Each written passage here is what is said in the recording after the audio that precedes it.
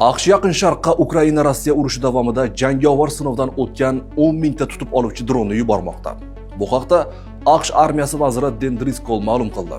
Driskolning so'zlariga ko'ra, AQSh va Isroil 28-fevral kuni Eron bilan urush boshlaganidan so'ng 5 kun ichida, ya'ni 4-martda Merops dronlarini mintaqaga jo'natgan.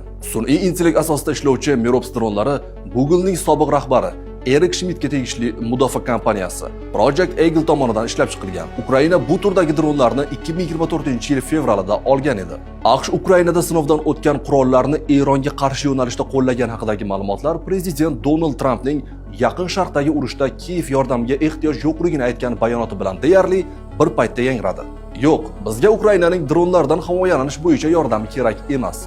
Biz dronlar haqida hammadan ko'proq bilamiz. Aslida dunyodagi eng yaxshi dronlar bizda, dedi Tramp 13-mart kuni Fox News'ga bergan intervyusida. Merops dronlari narxi 14-15 ming dollarni tashkil etadi, ammo katta buyurtma asosida ularning qiymati 3-5 ming dollargacha tushishi mumkin. Bu salkam 20 ming dollar turadigan Eronning Shahed dronlaridan ancha arzon.